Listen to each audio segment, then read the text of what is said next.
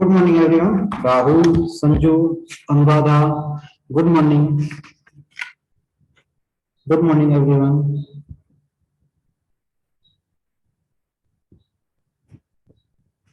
आ जाओ भी जल्दी से आ जाओ लाइव आ जाओ क्लास शुरू करते हैं।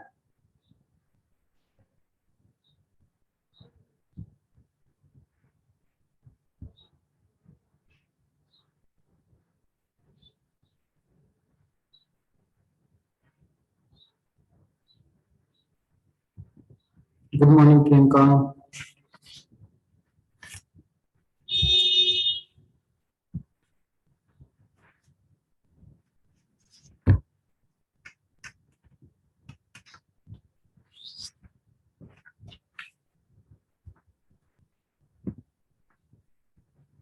Good morning Pushpa.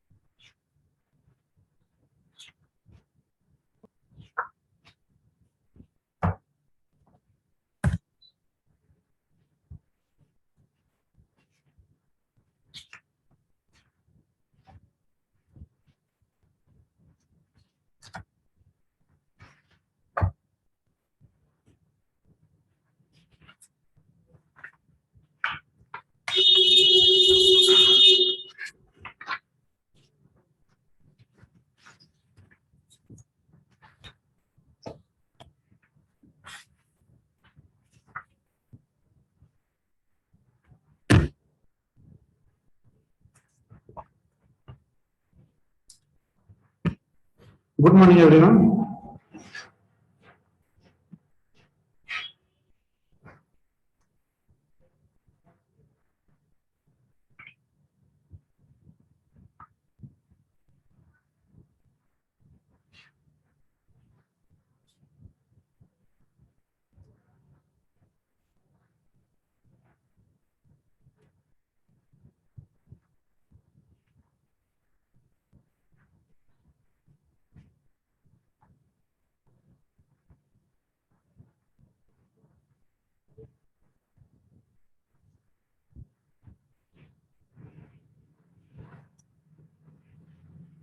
Metro bridge ये व्हीटस्टोन ब्रिज कर रहे थे अपन साथ में। व्हीटस्टोन ब्रिज चल रहा था अपना कल का टॉपिक।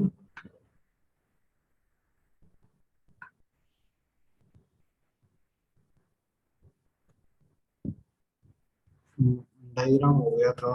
कहाँ तक हो गया था? बड़ा भी हो गया था। फॉर्मूला ड्राइव हो गया था।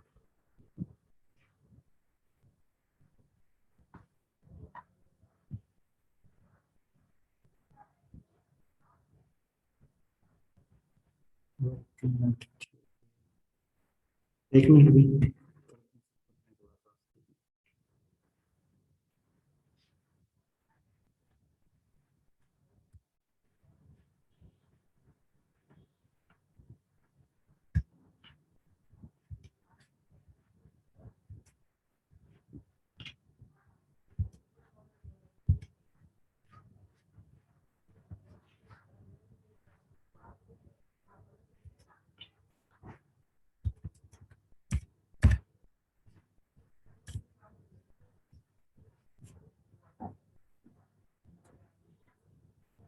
वर्किंग एंड थ्योरी करनी है अपने को आज इसकी। ठीक है, इम्पोर्टेंट है, एग्जाम को रेलेवेंट, हद से ज्यादा इम्पोर्टेंट है। ठीक है, आज हम इसकी करेंगे वर्किंग और थ्योरी। ठीक है, क्या इसकी वर्किंग रहेगी, थ्योरी रहेगी, वो सारी चीजें आज अपन डिस्कस करने वाले हैं पूरा का पूरा ब्रीफली। वर्किंग किस तरीके से ये वर्क करता है, ठीक है, इसकी थ्योरी कैसे रहेगी। हमने फॉर्मूला ड्राइव किया था अब तक, अब हम इसकी करने वाले हैं वर्किंग और थ्योरी। चलिए शुरू करते हैं।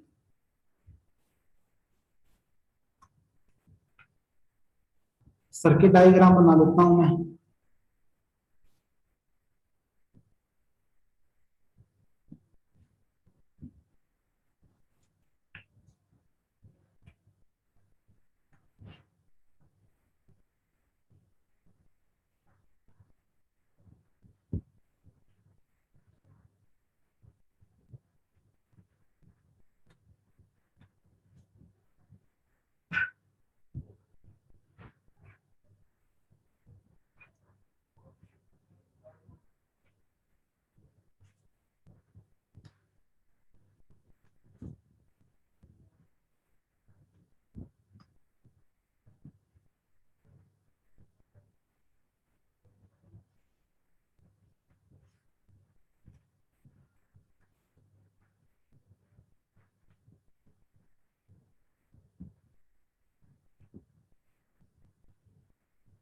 कुछ इस तरीके का सर्किट डायग्राम था अपना।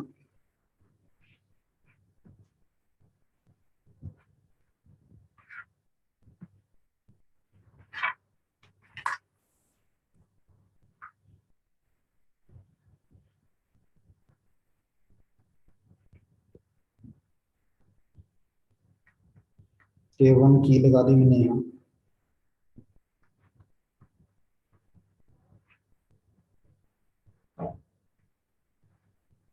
K2 की लगा दी,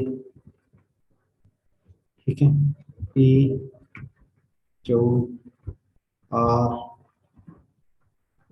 S, ठीक है, इस S को थोड़ा सा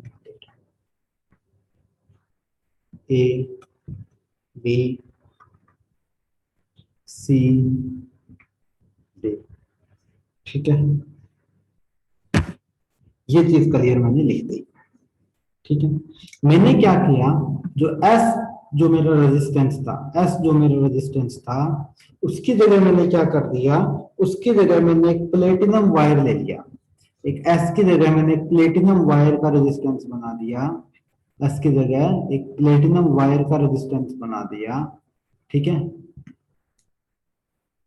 एक प्लेटिनम वायर का रेजिस्टेंस बना दिया S की जगह, ठीक है।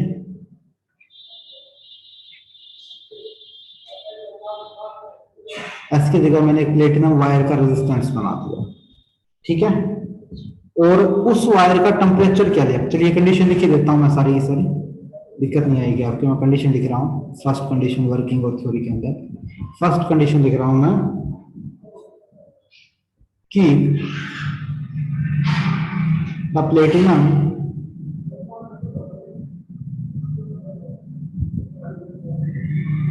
Platinum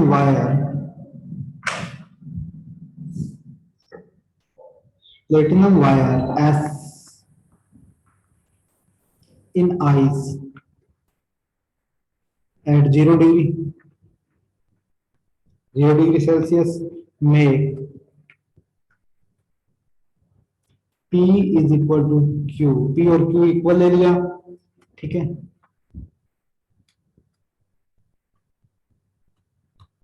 adjust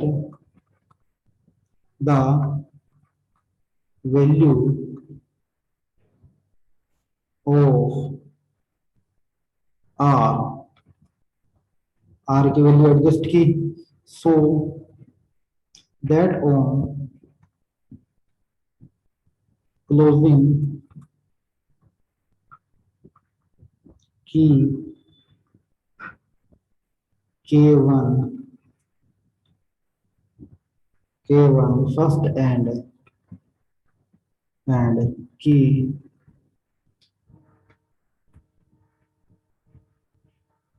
K2 later on the bridge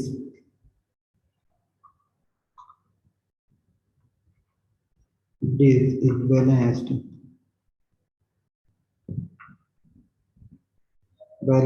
if R naught is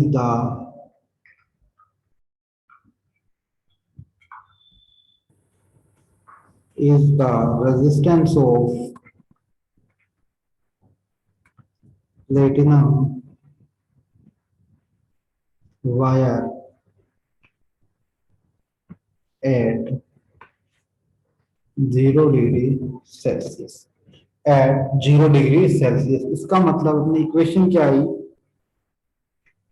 P upon में Q is equal to R upon में S थी, उसकी जगह R नोट ले लिया, R नोट ले लिया, यही तो थी अपनी इक्वेशन, क्लियर है, यही इक्वेशन थी। इसका मतलब R नोट की अगर मैं वैल्यू फाइंड करूं तो R नोट की मेरी वैल्यू क्या आएगी, R नोट की मेरी वैल्यू आएगी R Q अपॉन में P। इक्वेशन फर्स्ट तक किसी बच्चे को कोई डाउट नहीं होगा सर। सर ठीक है, आगे बढ़ते हैं। सर ये कंडीशंस है, इन कंडीशन से ही क्वेश्चन पूछा जाता है एग्जाम में बहुत बार। इन कंडीशन से ही क्वेश्चन आएगा बच्चे एग्जाम में हमेशा ही। सर ठीक है, सेकंड कंडीशन देखो इसकी क्या है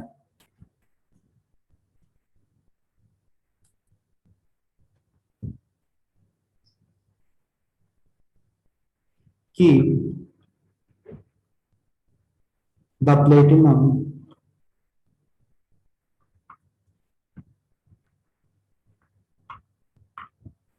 wire into steel into steel, मतलब पहले हमने आइस पर लिया था, इस बार क्या ले लिया, स्टीम पर ले लिया, तो मतलब at 100 degree Celsius, at 100 degree Celsius आ गया, तो इसका मतलब क्या आया मेरे पास है, पी क्यू अपॉन में आर प्राइम ले लिया मैंने, आर एस की जगह मेरा क्या आ गया, आर 100, तो आर 100 की यहां पर वैल्यू क्या आई, आर प्राइम क्यू अपॉन में पी, इक्वेशन है थर्ड। ठीक है, ठीक इसी तरीके से तीसरी कंडीशन,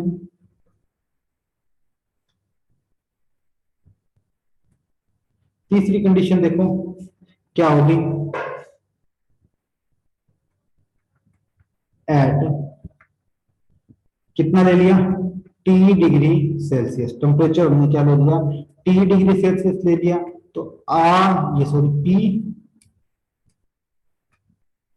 अपॉन में Q is equal to R double prime upon में आर टी, आर टी की यहां से वैल्यू कितनी आ गई, R double prime Q upon में पी, इक्वेशन क्लियर है। अगर मैं यहां पर बात करूं टेम्परेचर कोफिशिएंट, हमने 11th क्लास के अंदर थर्मोडायनेमिक्स में एक इक्वेशन की थी टेम्परेचर कोफिशिएंट के रिलेशन में, ठीक है, वो क्या थी, if alpha is the temperature coefficient of resistance, temperature coefficient of resistance of platinum wire, एक इक्वेशन की थी क्या थी, R100 is equal to R naught 1 plus alpha 100, ये इक्वेशन हमने कब की थी, किस टाइम की थी, थर्मोडायनेमिक्स का जो चैप्टर था उस चैप्टर के अंदर ये इक्वेशन की थी 11th क्लास में, 11th क्लास में थर्मोडायनेमिक्स चैप्टर में ये इक्वेशन हमने की थी। जब भी फ्री हो एक बार थर्मोडायनेमिक्स चैप्टर निकालोगे तो उसमें ये क्लियर हो जाएगी। तो अल्फा की वैल्यू यहां से क्या आएगी, अल्फा की वैल्यू आ जाएगी R100, ठीक है, माइनस आर नोट, क्योंकि ये साइड है, अपॉन में ये इसके मल्टीप्लाई में जाएगा, तो क्या आएगा आर नोट इंटू 100, ये इक्वेशन मेरी आ चुकी है, इक्वेशन नंबर 4, क्लियर। ठीक इसी तरीके से आर टी के ऊपर निकालेंगे, 100 पर निकाल रहे थे, अगर मैं आर टी पर निकालूं तो मेरा क्या आएगा, R naught 1 plus alpha, alpha T, alpha T, यहां पर अल्फा की अगर मैं वैल्यू निकालूं तो मेरे पास क्या आएगी, R T minus R naught upon में आर नोट इंटू टी, ठीक है, इक्वेशन है 5, दोनों इक्वेशन अल्फा की वैल्यू है, तो दोनों को मैं कंपेयरिंग कर सकता हूं फ्रॉम इक्वेशन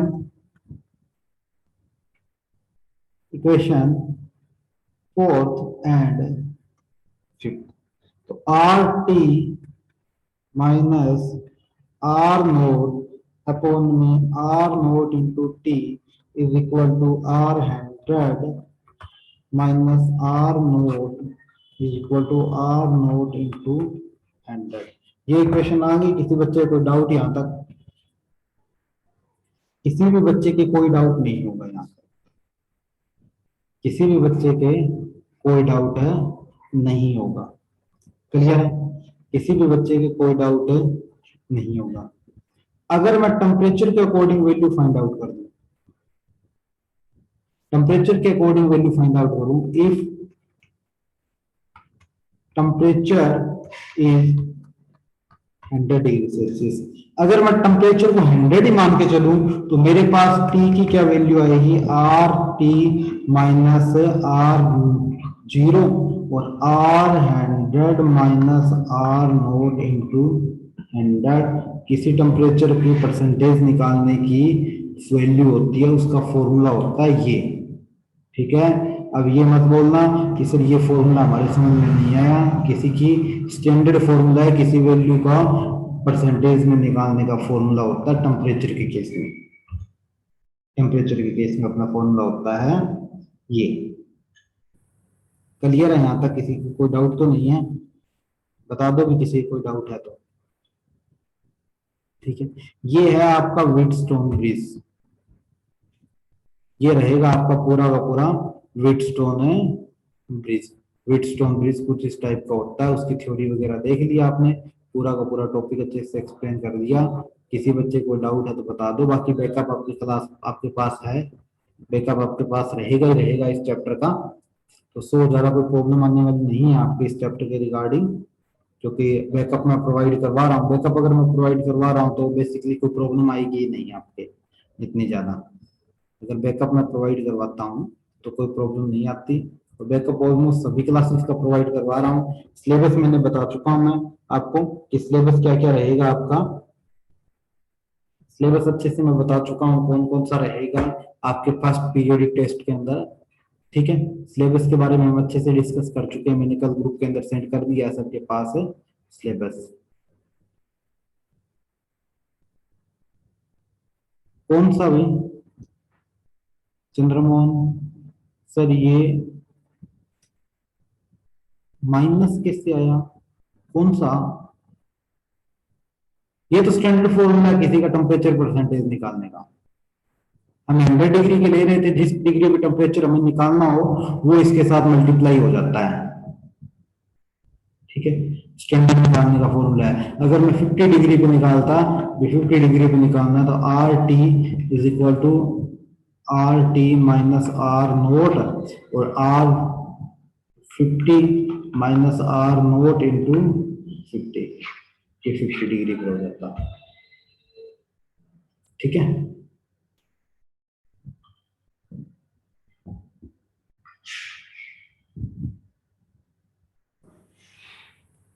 आगे बढ़ते हैं। क्वेश्चन करते हैं इसके एक दो। अच्छे लेवल के क्वेश्चन करते हैं।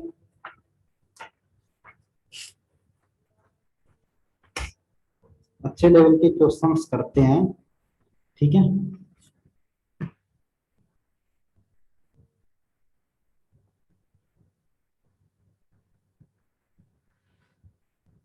प्रूव करना है क्या ये एक व्हीटस्टोन ब्रिज है?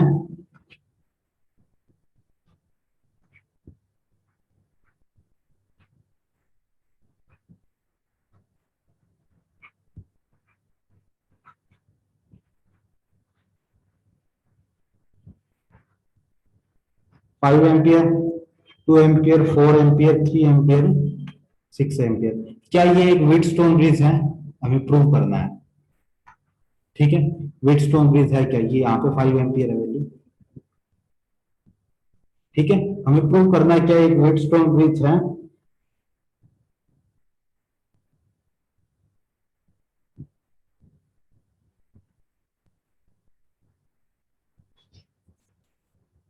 ए पॉइंट है यहाँ, बी पॉइंट है।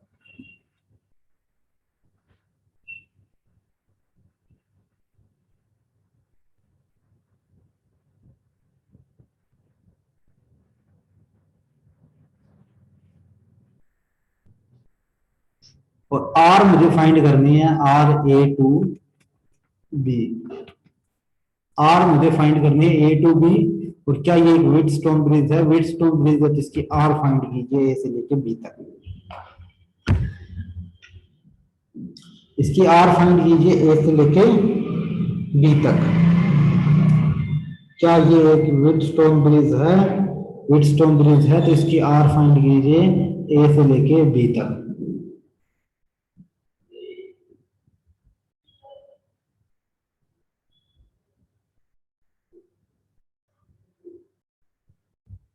कहाँ गए भाई, जल्दी बताओ।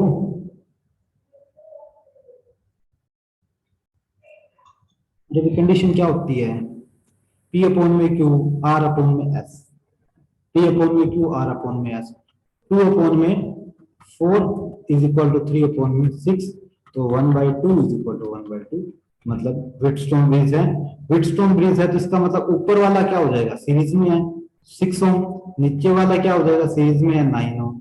तो आर ए से लेके बी कितनी आएगी, वन बाई, ये होगा क्योंकि अब ये पैरेलल में हो जाते हैं, मतलब इसका सर्किट दूसरा सर्किट तो ये बनेगा, दूसरा सर्किट तो इसका यही बनेगा, 6 ओम हो गया, 9 ओम हो गया। ठीक है, ए और बी पॉइंट हो गए मेरे।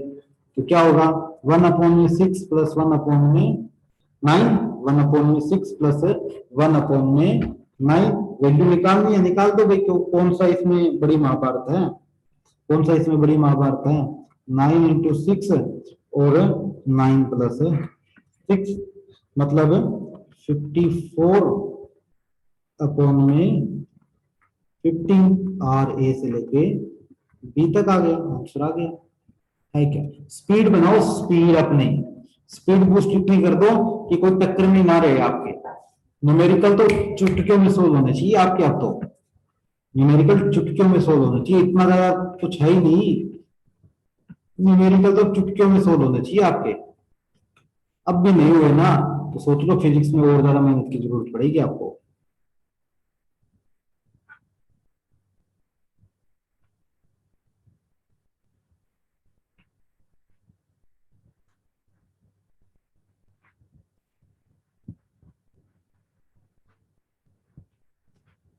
ए बी,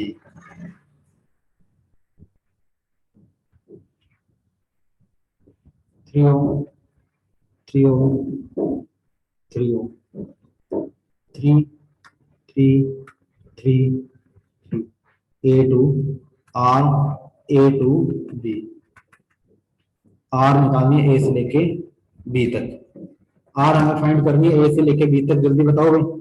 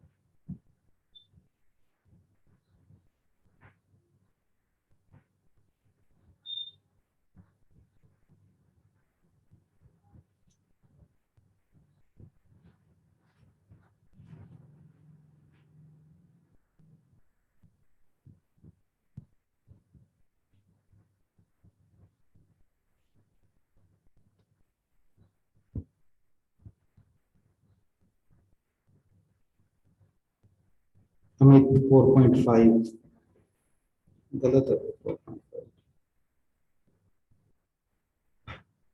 हो सकता है, मैंने पॉइंट में देख सकता हूँ।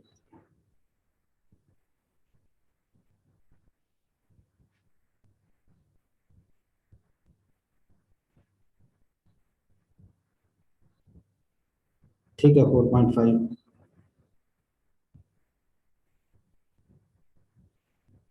अमित का सही आंसर।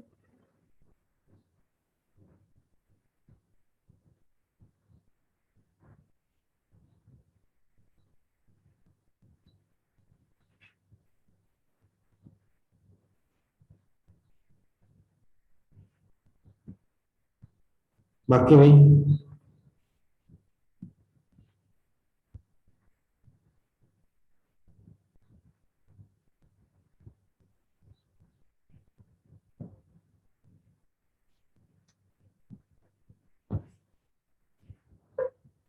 करो भाई, इतना टाइम कहाँ से लग रहा है? 9/2।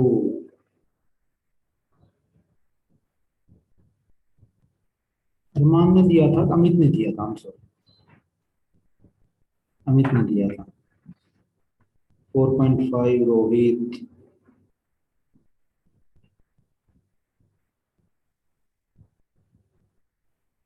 भाई वो देखो क्या नाम है आपका, चंद्रमोहन। कुछ कंडीशंस बताइए, उन कंडीशंस को फॉलो करो, पता चल जाएगा।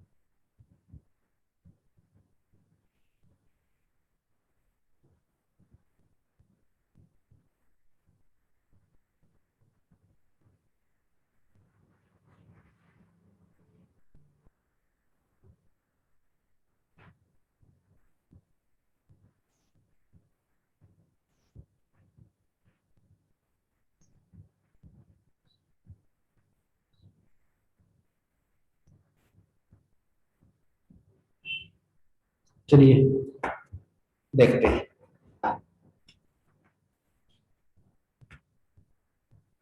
देखो कितना हुआ, 3 + 3 6। 3 + 3 6, मतलब 6/3।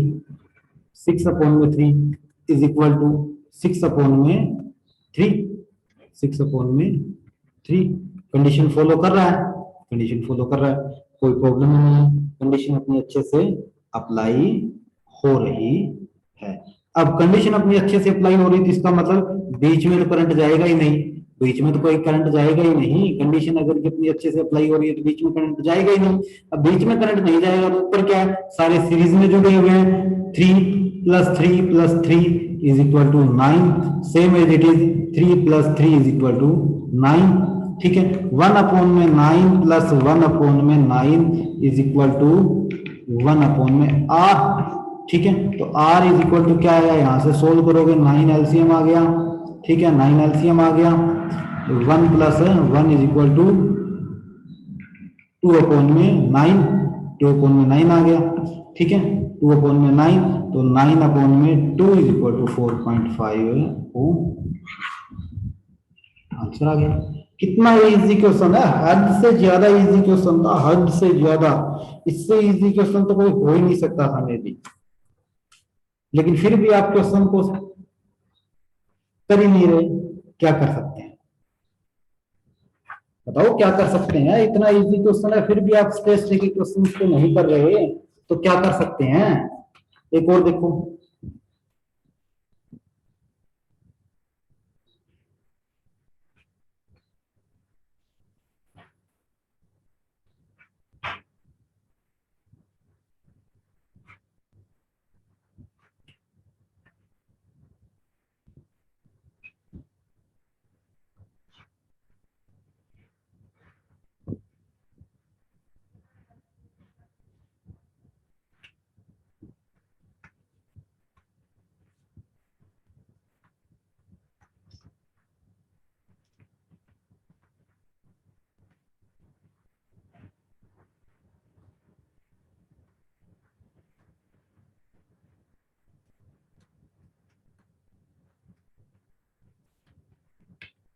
ए से बी के बीच में आर फाइंड करना है, वो ए से बी के बीच में आर फाइंड करना, जल्दी से बता दो क्या आंसर आएगा।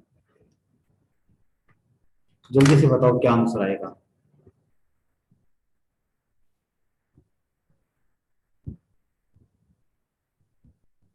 बताओ भी जल्दी से।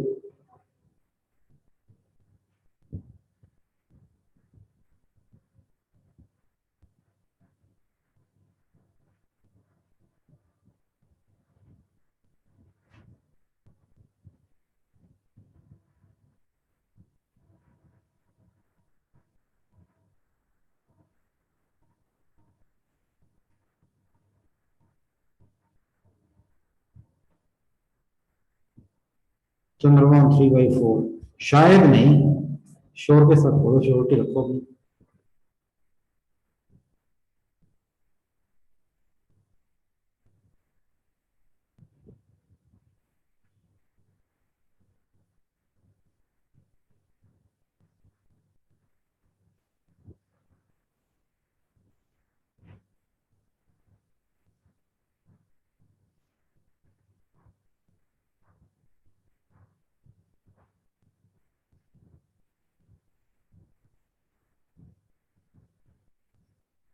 थ्री बाई फाइव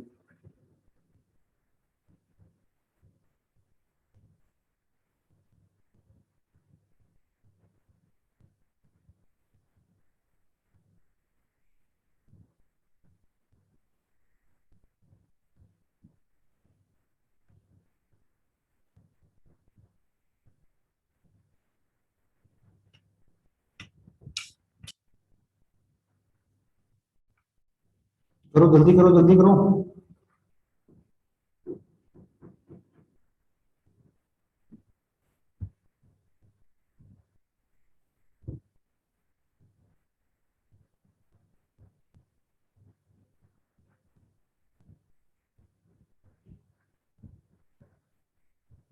अरे भाई पैरेलल नहीं है चंद्रमोहन, है पैरेलल नहीं है।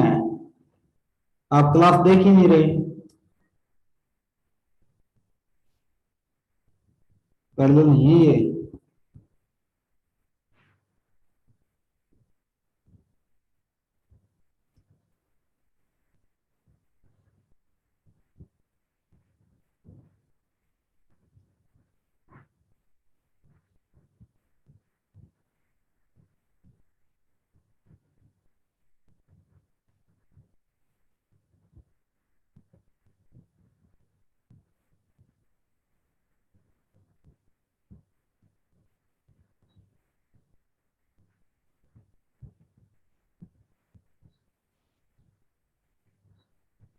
देखो, देखो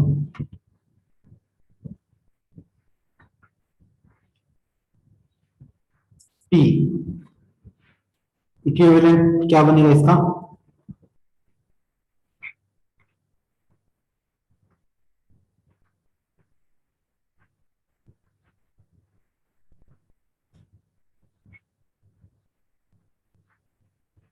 P Q R S।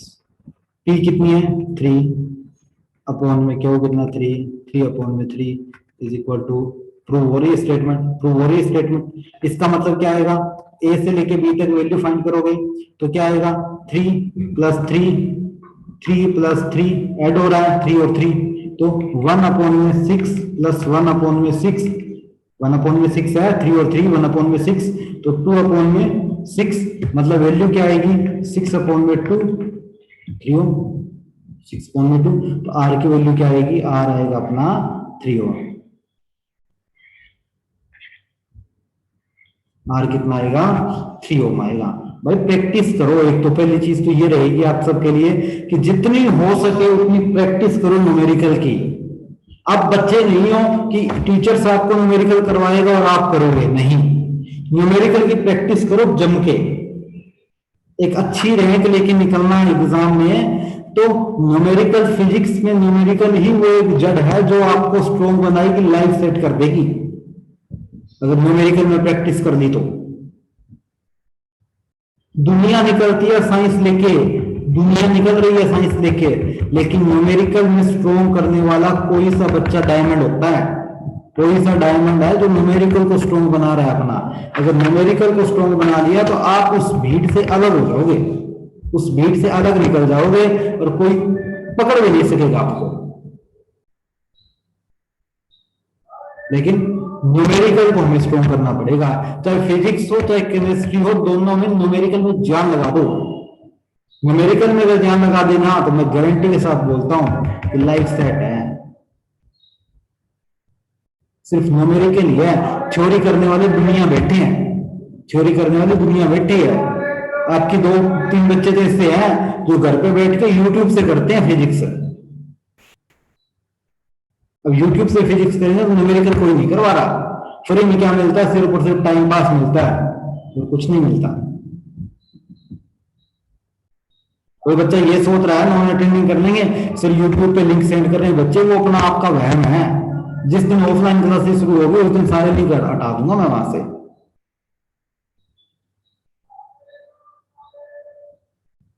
हमें अपनी तैयारी करनी है।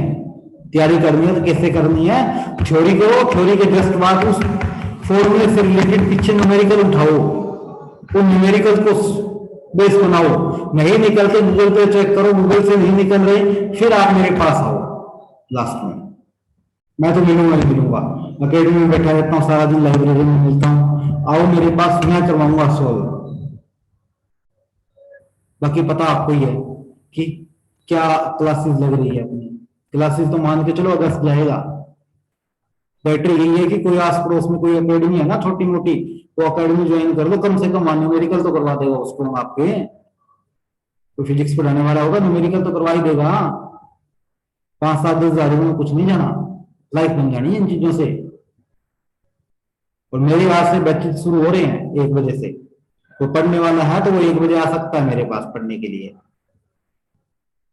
पहले के स्टूडेंट है 5-6 बच्चे, वो तो आ ही रहे हैं, उनके साथ है नया बैच भी शुरू कर रहा हूँ, आज आ सकते हो 1 बजे।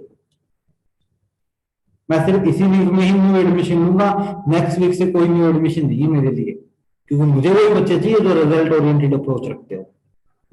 भीड़ नहीं रखता मैं कभी भी, फीस लेता हूँ खींच के और रिजल्ट देता हूँ सॉलिड वाला। उनको आना है तो कॉल कर सकते हो 1 बजे, मिलूंगा सेंटर पे ही। ठीक है, थैंक यू एवरीवन।